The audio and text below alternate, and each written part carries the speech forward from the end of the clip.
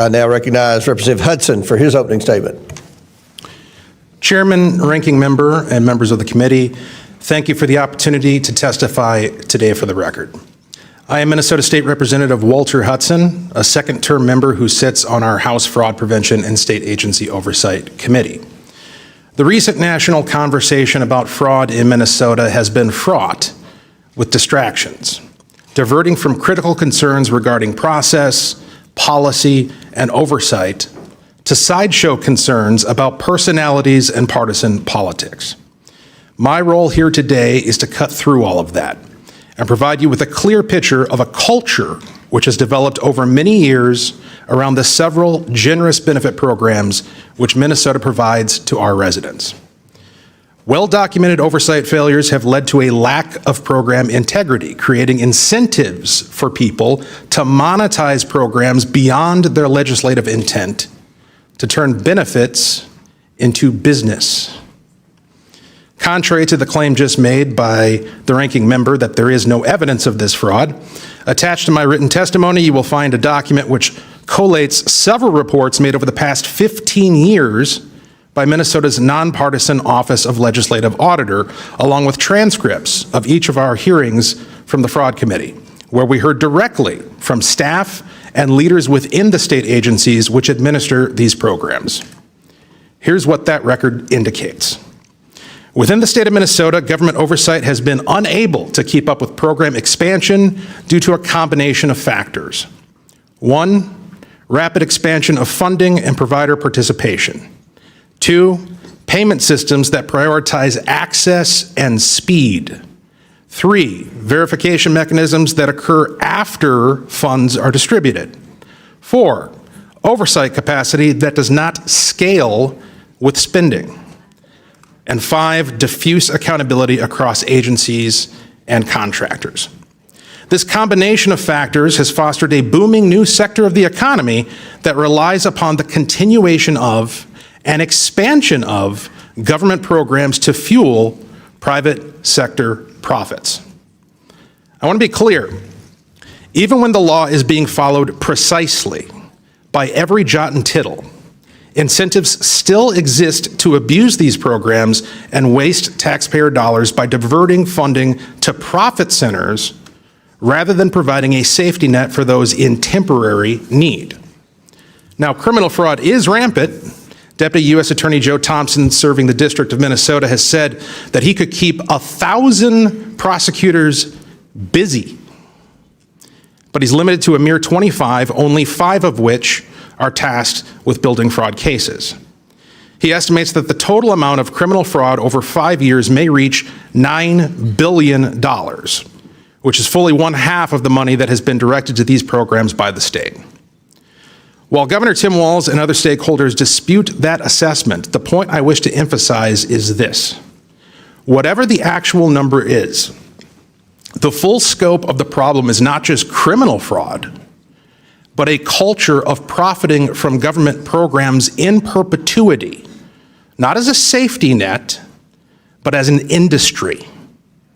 I've personally met and had discussions with folks who identify themselves as consultants for multiple entities accepting government benefits. They have made a career out of showing people how to leverage the gaps in government oversight to maximize benefit payments. Now, such conduct may not actually break the law, and that's the point. We have a system whereby an entire industry can operate under the color of law, raking in tremendous profits for individuals, all while having no incentive to save the taxpayer money or lift legitimate beneficiaries out of need. Instead, as the market for funneling benefits into businesses increases, so too does the perceived need for benevolent services.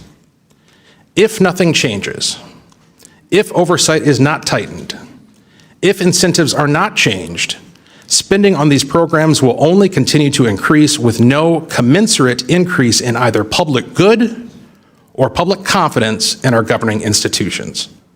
Thank you for the opportunity to submit this testimony for the record. I look forward to answering what questions I can.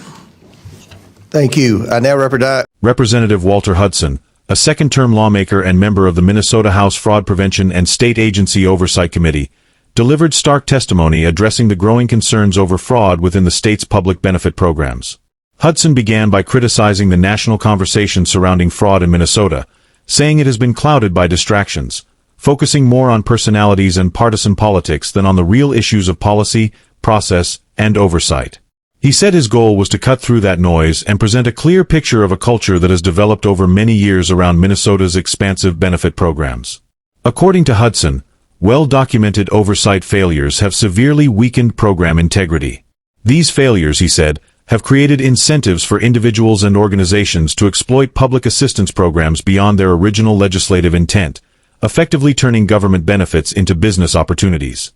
Responding to claims that there is no evidence of widespread fraud, Hudson pointed to documentation attached to his written testimony. The materials include multiple reports from Minnesota's nonpartisan Office of the Legislative Auditor over the past 15 years, as well as transcripts from fraud committee hearings featuring testimony from state agency staff and leadership. That record, Hudson said, reveals several systemic problems. First, government oversight has failed to keep pace with rapid program expansion. Second, payment systems prioritize speed and access over safeguards. Third, verification often occurs only after funds have already been distributed. Fourth, oversight capacity has not scaled alongside increased spending. And fifth, accountability is spread across multiple agencies and contractors, making enforcement difficult. Hudson warned that these conditions have fueled the growth of a new sector of the economy, one that depends on the continued expansion of government programs to generate private profit. He emphasized that even when laws are followed to the letter, the structure of these programs still creates incentives for abuse. Taxpayer dollars, he said, are too often diverted to profit centers instead of serving as a temporary safety net for people in genuine need. Hudson then addressed criminal fraud, calling it rampant. He cited Deputy U.S. Attorney Joe Thompson of the District of Minnesota, who has said the scale of fraud is so large it could keep 1,000 prosecutors busy. Yet only 25 are assigned to the task, with just 5 dedicated to building fraud cases. Thompson estimates that criminal fraud over a 5-year period could reach as much as $9 billion, roughly half of all funds directed to these programs. While Governor Tim Walz and others dispute that estimate, Hudson said the exact number is not the central issue. The larger problem, he argued, is the emergence of a permanent culture of profiting from government programs, not as emergency assistance, but as an industry. Hudson said he has personally met individuals who describe themselves as consultants for multiple benefit-receiving entities, people who have built careers teaching others how to exploit gaps in oversight to maximize payments. While such actions may not technically violate the law, he said, that is precisely the problem. According to Hudson, the system allows an entire industry to operate under the color of law, generating substantial profits with no incentive to save taxpayer money or help beneficiaries achieve independence. Instead, as more benefits are funneled into business models, the perceived need for benevolent services continues to grow. He concluded with a warning: if oversight is not strengthened and incentives are not restructured, spending will continue to rise, without any meaningful increase in public benefit or public trust in government institutions. Hudson closed by thanking the committee for the opportunity to submit his testimony and stated that he looks forward to answering questions for the record.